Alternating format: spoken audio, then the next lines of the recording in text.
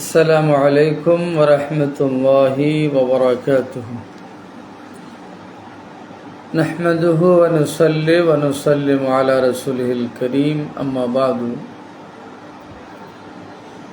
প্রিয় হাদিস পড়ুয়া ভাই ও বোনেরা, সকলকে দরসে বুখারী শরীফ পর্ব 32 স্বাগত জানাচ্ছি। আজকে আমরা ইমাম বুখারী রাহমাতুল্লাহি আলাইহির বিস্ময়কর স্মৃতিশক্তির উপর একটি ঘটনা শুনব, যেটি অনেক কিতাবের মধ্যে এসেছে। ইমাম আহমদ বিন আদি আল হাফিজ উনি বলছেন, سمعت عدة من المشايخ يحكون أن البخاري قدم ببغداد فاجتمع أصحاب الحديث وعمدوا إلى 100 حديث فقلبوا متونها وأسانيدها وجعلوا متن هذا الإسناد لإسناد آخر وإسناد هذا المتن لمتن آخر ودفعوا إلى كل واحد 10 حديثا ليلقوها على البخاري في المجلس امتحانا। ইমাম আহমদ বিন আদি আল হাফিজ বলছেন, আমি অনেক মাশায়েখ হাদিসের শায়েখদেরকে বর্ণনা করতে শুনেছি যে আন্নাল বুখারিয়া কাদিমা বাগদাদা, ইমাম বুখারী রাহমাতুল্লাহি আলাইহি বাগদাদে গমন করলেন। ফাজতামাআ আসহাবুল হাদিস, তখন অনেক মুহাদ্দিস একত্রিত হলেন। ও আমাদু ইলা 100 হাদিস, এবং ওনারা 100টি হাদিস নির্বাচিত করলেন, বেছে নিলেন। ফাকালাবু মুতুনাহা ওয়া আসানিদাহা, এই 100টি হাদিসের সনদ পরিবর্তন করে ফেললেন, মতন পরিবর্তন করে ফেললেন। ওয়াজআলু মাতানা হাযাল ইসনাদি লিইসনাদিন আখার, এই ইসনাদের মতন আরেক ইসনাদের সাথে লাগিয়ে দিলেন। ওয়া ইসনাদ হাযাল মাতানি লিমাতানিন আখারা, এই মতনের ইসনাদ অন্য মতনের সাথে লাগিয়ে দিলেন। তার মানে হলো সনদ এবং মতন উলটপালট করে ফেললেন। সহজ ভাষায় যদি বলি, জায়েদের জায়গায় বকরকে নিয়ে আসলেন, বকরের জায়গায় জায়েদকে নিয়ে আসলেন। ওয়াদাফাউ ইলা কুল্লি ওয়াহিদিন 10 হাদিসা, এবং ওনারা 10 জন মুহাদ্দিসকে নির্বাচিত করলেন এবং প্রত্যেকজনকে 10টি করে হাদিস দিলেন। কেন? লিউলকুহা, তারা যেন এই হাদিসগুলো পেশ করেন আলাল বুখারী, ইমাম বুখারী রাহমাতুল্লাহ আলাইহির কাছে, ফিল মাজলিস, হাদিসের বৈঠকে, ইমতিহানান, ইমাম বুখারী রাহমাতুল্লাহ আলাইহিকে পরীক্ষা করার জন্য। ফাজতামাআ আন-নাসু মিনাল গুরাবাই মিন আহলি হুরাসান ওয়া গায়রিহিম ওয়া মিনাল বাগদাদিয়িন, এই মজলিসের মধ্যে খোরাসান এবং অন্যান্য এলাকার প্রবাসী মুহাদ্দিসিন ইকরামরাও একত্রিত হলেন। ওয়ামিনাল বাগদাদিয়িন, এবং বাগদাদের অসংখ্য মুহাদ্দিস মজলিসের মধ্যে একত্রিত হলেন। ফালাম্মা ইতমাআন্নাল মাজলিসু বিআহলিহি, যখন মজলিস হাদিসের বৈঠক যখন সুস্থির হলো, উনতুদিবা আহাদুহুম, ওই 10 জনের মধ্য থেকে একজনকে ডাকা হলো। ফাকামা, তিনি দাঁড়ালেন। ওয়াসালাহু, এবং ইমাম বুখারীকে প্রশ্ন করলেন, আন হাদিসিন মিন তিলকাল আশরাত, ওনাকে যে 10টা হাদিস দেওয়া হয়েছিল ওখান থেকে একটা হাদিস সম্পর্কে ইমাম বুখারীকে জিজ্ঞাসা করলেন। ফাকালা, ইমাম বুখারী রহমতুল্লাহি আলাইহি বললেন, লা আরিফুহু, এই হাদিস আমি জানি না। ফাসালাহু আন আখারা, আরেকটা হাদিস সম্পর্কে জিজ্ঞেস করলেন। ফাকালা, ইমাম বুখারী রহমতুল্লাহ বললেন, লা আরিফুহু, যে না আমি তা জানি না। হাত্তা ফারাগাল আশরাত, এই প্রথম ব্যক্তি এভাবে 10টা হাদিস ইমাম বুখারীকে বললেন। ইমাম বুখারী রহমতুল্লাহি আলাইহি বরাবর উত্তর দিলেন, লা আরিফুহু, এই হাদিস আমি জানি না। ফাকানাল ফুকাহাউ, এই মজলিসের মধ্যে যারা ফকিহ মুহাদ্দিস ছিলেন, হাদিসের জগতে যারা পণ্ডিত ছিলেন, হাদিসের জগতে যারা গভীর জ্ঞানের অধিকারী ছিলেন, ওনারা ইয়ালতাফিতু বা'দুহুম ইলা বা'দিন, এরা একজন আরেকজনের দিকে তাকাচ্ছেন। ওয়া ইয়াকুলুনা, এবং বলছেন যে আর রাজুলু ফাহিমা, যে না ইমাম বুখারী রাহমাতুল্লাহি আলাইহি বিষয়টা বুঝতে পেরেছেন।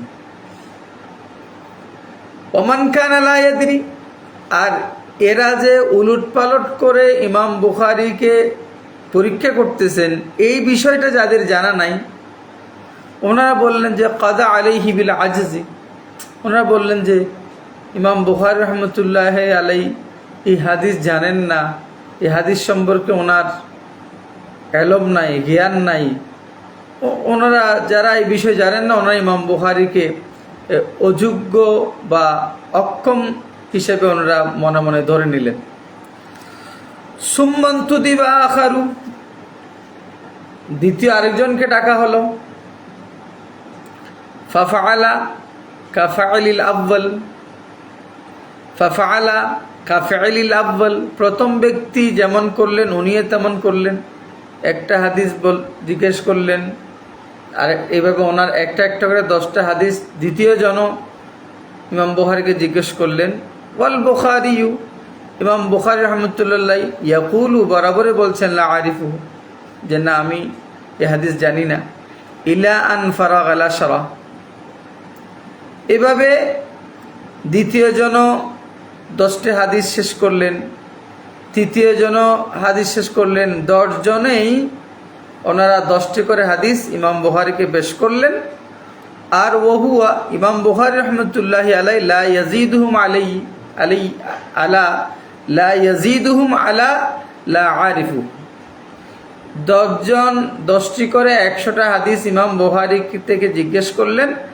ওহুয়া লা ইয়াজিদুহুম আলা লা আরিফু, আর ইমাম বুখারী রহমতুল্লাহি আলাইহি বরাবরই লা আরিফুহু, এই হাদিস আমি জানি না, এটাই বললেন, এর চেয়ে আর বেশি কিছু বললেন না।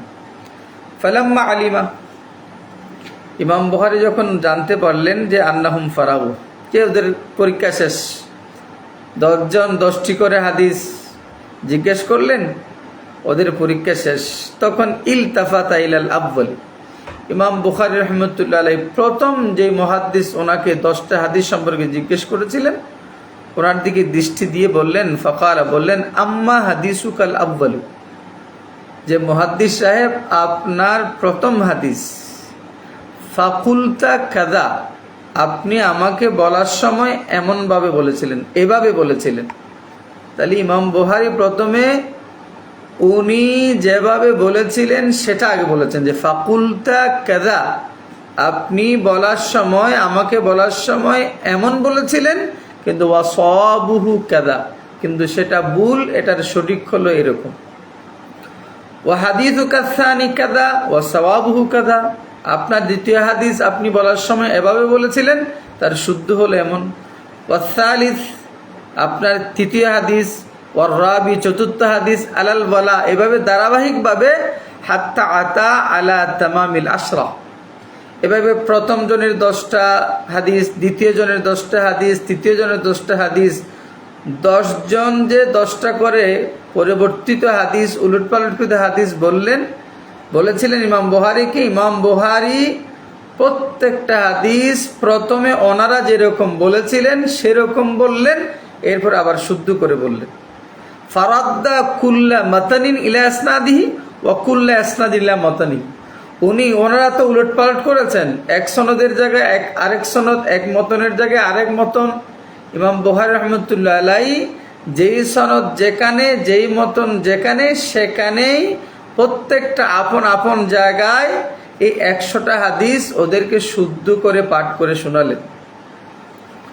এভাবে ওয়াফআলা বিল আখারিনা মিসলা যালিকা, এভাবে প্রথম জন, দ্বিতীয় জন, তৃতীয় জন সকলকে প্রথম 10 জনের 10টা হাদিস উনি যেরকম বলেছেন সেরকম বলে আবার শুদ্ধ করে দিয়েছেন। এভাবে দ্বিতীয় জনের তৃতীয় জন ওয়াফআলা বিল আখারিনা মিসলা যালিকা, প্রথম জন, দ্বিতীয় জন, তৃতীয় জন সবার সাথে এরকম সবার 10টি করে হাদিস। ইমাম বুখারী প্রথমে ওনাদের বলা পরিবর্তিত রূপটা বললেন, আবার শুদ্ধ করে বললেন।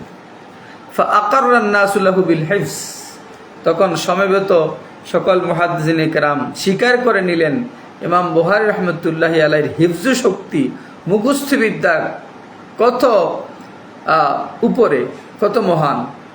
ওয়াজাআনু লাহু বিল ফাত, এবং সকলেই স্বীকার করলেন, সকলেই মানতে বাধ্য হলেন, সকলেই মেনে নিলেন যে ইলমে হাদিসের জগতে ইমাম বুখারী রহমতুল্লাহি আলাইহি অনন্য মর্যাদার অধিকারী, অনন্য ফজিলতের অধিকারী, উনি অনন্য মাকামের অধিকারী। সকলেই এটা নিশ্চিত হলেন, মানতে বাধ্য হলেন, সকলেই দৃঢ়ভাবে মেনে নিলেন যে ইমাম বুখারী রহমতুল্লাহি আলাইহি ইলমে হাদিসের জগতে কত উচ্চ মর্যাদার অধিকারী, কত ফজিলতের অধিকারী, সকলে এটা মেনে নিলেন, মেনে নিতে বাধ্য হলেন।